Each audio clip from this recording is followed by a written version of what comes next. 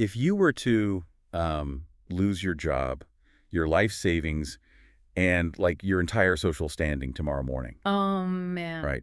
What would actually be left of your identity? That is a truly terrifying question. It really is. And I mean, most of us spend our entire adult lives working frantically to, ensure we never have to find out the answer to it. Exactly. We build these massive complex structures of career and wealth and reputation just to feel safe. Yeah, but today we're doing a deep dive into an ancient text that argues almost all of us are, well, unknowingly building our lives on a foundation that is mathematically guaranteed to collapse. It is an incredibly confronting premise, honestly. Right. We are examining the second chapter of the book of Isaiah, which is, an iconic ancient biblical text, Right?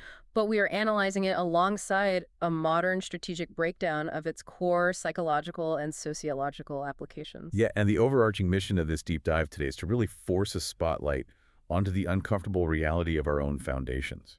Right. The text essentially asks you, the listener, when you strip away the branding and the bank accounts. The superficial stuff. Exactly. What are you actually building your life around? And looking at the sources we have, what makes this so compelling is the contrast. I mean, it's not just some, doom and gloom prophecy about a distant apocalypse. No, not at all. It's an immediate, piercing critique of modern hustle culture.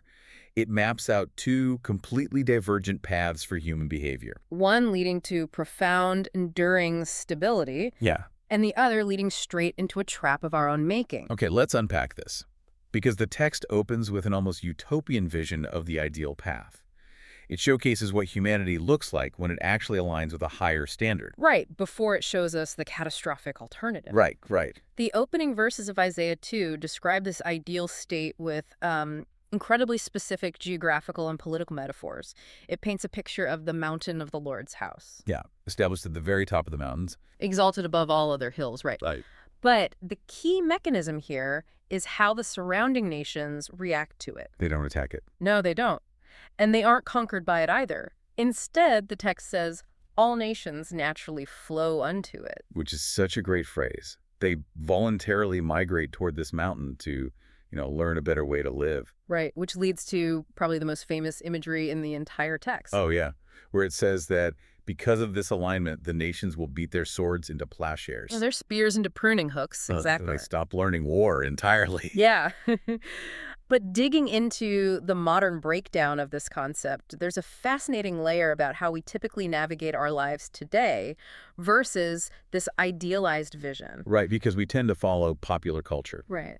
We chase whatever is currently trending. Or whatever is socially accepted as normal. Yeah, exactly. Mm. But, trying to navigate your life by cultural consensus is essentially like trying to steer a ship by staring at the shifting waves. That is a brilliant analogy because the waves are, well, they're highly visible and they're constantly demanding your attention. Yeah. But they're entirely reactionary. I mean, they crest, they crash, they change direction based on the wind. You cannot chart a reliable long-term course by watching the surface water. You really can't. But the mountain of the Lord, described in the text, operates like a fixed North Star. It doesn't move. Right. And the modern analysis makes a really sharp point about this dynamic. Just because the waves, meaning our current cultural norms regarding wealth, status, and success, just because they're everywhere. Right, just because they're ubiquitous. It doesn't mean they are a reliable guide. Just because everyone in your social circle is building their life obsessively around, say, corporate advancement, Right. doesn't mean that structure is actually stable. What's fascinating here is the underlying mechanics of how that sword to plowshare peace is actually achieved. Oh, yeah. Let's talk about that. Because if you look closely at the text, the peace isn't legislated. It's not a temporary, tense ceasefire brokered by, like, a superior military force. No. Beating a weapon of war into a farming tool indicates that peace is a natural byproduct. It's a byproduct of internal alignment with that fixed North Star. Yes. When your security is rooted in a higher, unshakable standard, you genuinely do not need the sword anymore. The psychological posture of the society shifts fundamentally. It goes from a posture of paranoid defense and resource hoarding, Which we see all the time today. totally, to a posture of cultivation and growth. It's a complete reorientation of human energy. But the text doesn't linger there for long. No, it really doesn't. Almost immediately after establishing this vision of deep alignment, the narrative takes a really hard pivot. Because obviously we look around today and we don't see plowshares. No, we see a world saturated in anxiety, burnout, and conflict. Exactly. So the obvious question is, why are we lacking that piece? And the subsequent verses answer that by dissecting humanity's fatal reliance on full security. It drops the idealized vision completely and just confronts the grim reality. The text details a society that has completely abandoned that higher standard. Choosing instead to construct its own alternative reality. And looking at the sources, there's a real paradox here. Yes, there is. Because the text describes a land full of silver and gold with no end of their treasures. Right. It mentions a land full of horses and endless chariots. It notes they are replenished from the east. Which points to highly lucrative foreign trade and strategic global alliances. Right, exactly. Economically, endless gold and an invincible military look like absolute success. I mean, if we saw a nation with those metrics today, we'd call them a global superpower. Yeah, absolutely would. But here's where it gets really interesting. Why is this condemned? That's the core question, right? Aren't wealth and resources like horses and chariots and foreign alliances just good ancient economics? Why is the text so harsh about human achievement? Well, the text frames this exact scenario as a terminal disease. It seems the danger isn't the resources themselves, but what happens to the human psyche when we accumulate them. Oh, okay, so the psychological mutation. Exactly. The psychological mutation is exactly what the modern analysis zeroes in on. The strategic breakdown argues that these resources, the silver, the gold, the military might, they started out as basic utilities. Right, just tools. But they mutated into idols. And we need to be really clear about what an idol actually is in this context. Right, it is not necessarily a carved wooden statue. No. An idol is any created thing that a human being elevates to the position of ultimate security. Wow. Yeah. The society described here took its own achievements and began extracting their core identity and existential safety from them. Which perfectly explains the line where the text condemns them for worshiping the work of their own hands, Yeah. that which their own fingers have made. Yes. Because today, the work of our own hands isn't usually a chariot. Usually not, no. It's our carefully curated career trajectory. Hmm. It's the startup we founded. Or a stock portfolio. Right. Or the social media persona we spend hours and hours maintaining. Yeah. We look at these constructs and our subconscious says, look at what I built. Right. Because I built this, I am insulated from the chaos of the world. This will protect me. But the human brain has a deeply ingrained desire for control, you know? And generating external wealth or status feeds that illusion of control perfectly. It really does. It's intoxicating. It is. But the analysis points out the fatal flaw in this neurobiology of status seeking. External success is incredibly effective at acting as a smokescreen. A smokescreen for what? It masks a massive, rotting internal weakness. I mean, if your entire sense of self-worth is derived from your corporate title, you haven't actually achieved stability. You've just outsourced it. Exactly. You have outsourced your self-worth to a highly volatile corporate hierarchy.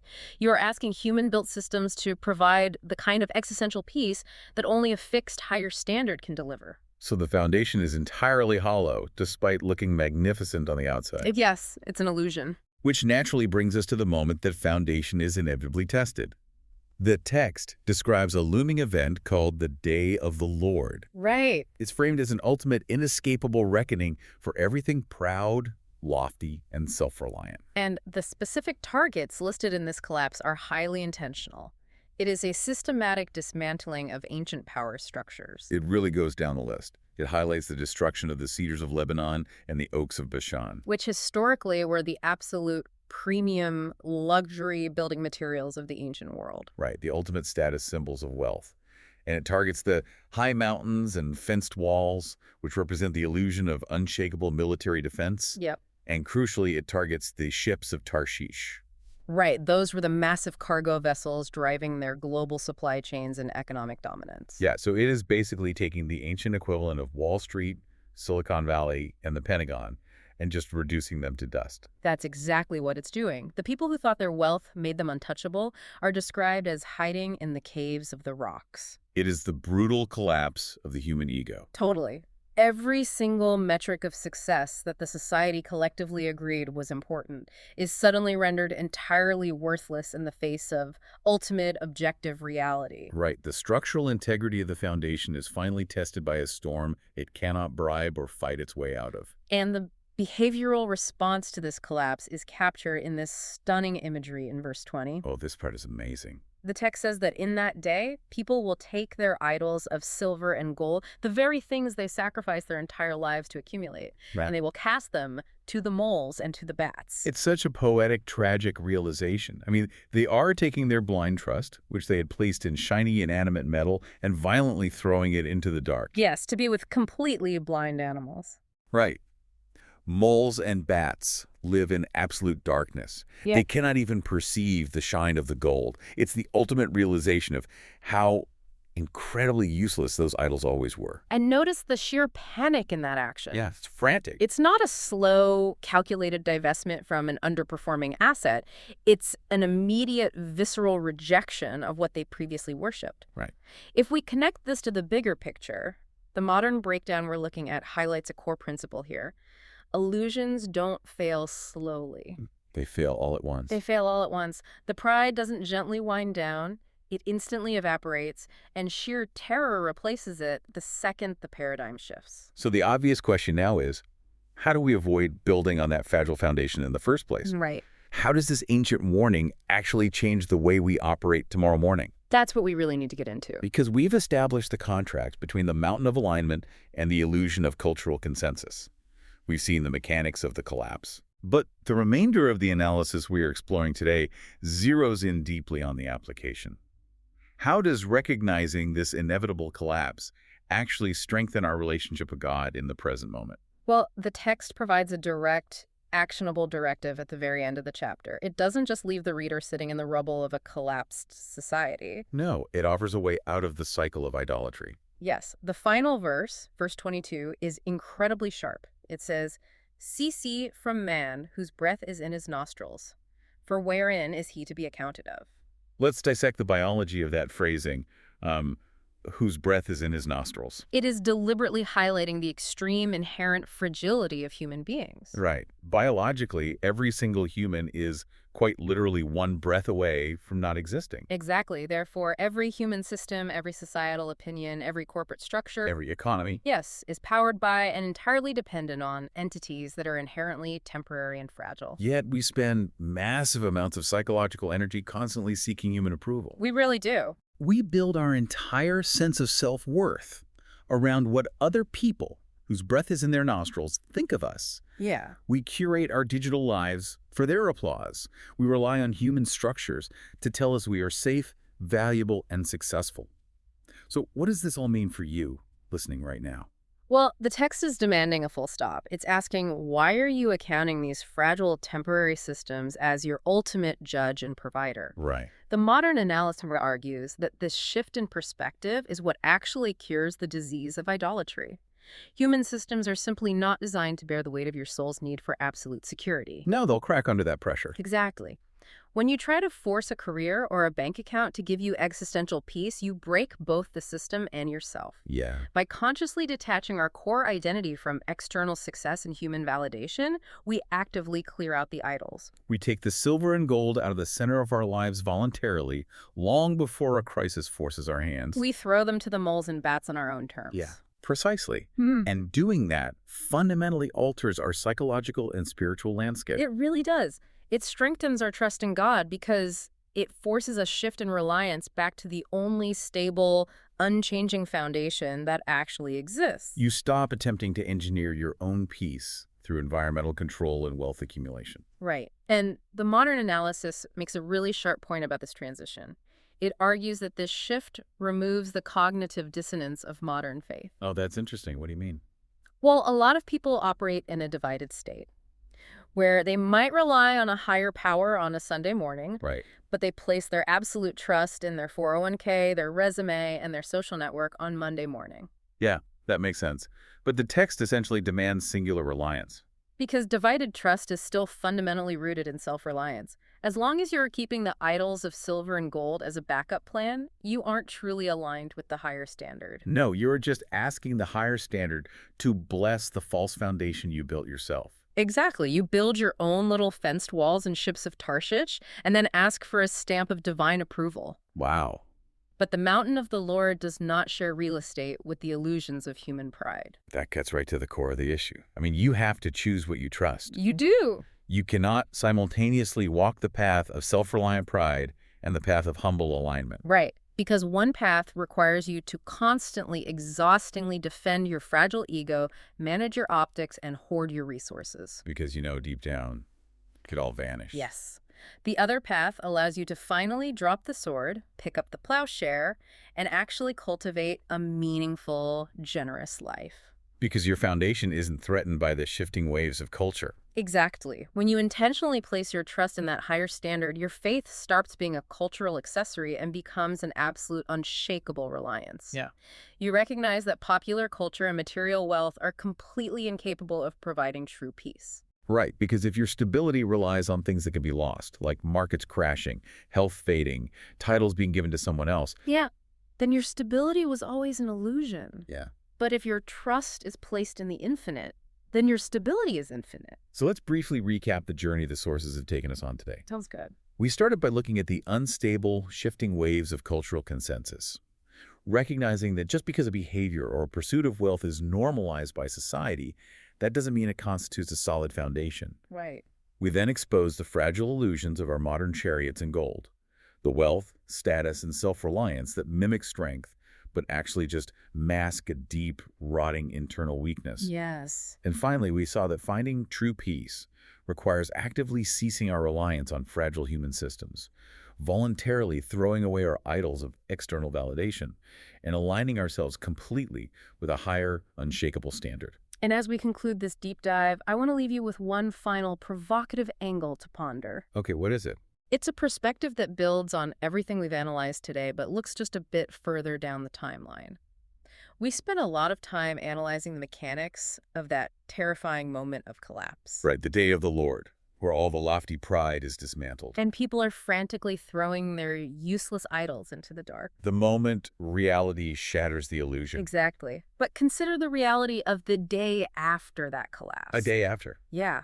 Once your false foundations are finally, painfully cleared away, once your hands are completely empty of the temporary things you used to trust, that bare, humbled state isn't just an endpoint or a punishment. Oh, wow. It is actually a profound gift. Because it is only in that exact moment, when the sand and the debris have been entirely swept away and you are finally down to the bare bedrock, that a true, indestructible foundation can finally be poured. Empty hands are the absolute prerequisite for building something real. Yes. The site preparation for a foundation that will actually hold, that completely reframes the entire concept of being humbled. It really does. So the question we leave you with today is the exact question this profound analysis forces us to confront. Take a hard, honest look at the construction site of your own life. Are you trusting the reflective glass of external success or the deep bedrock of genuine alignment? How will you apply this information in your life?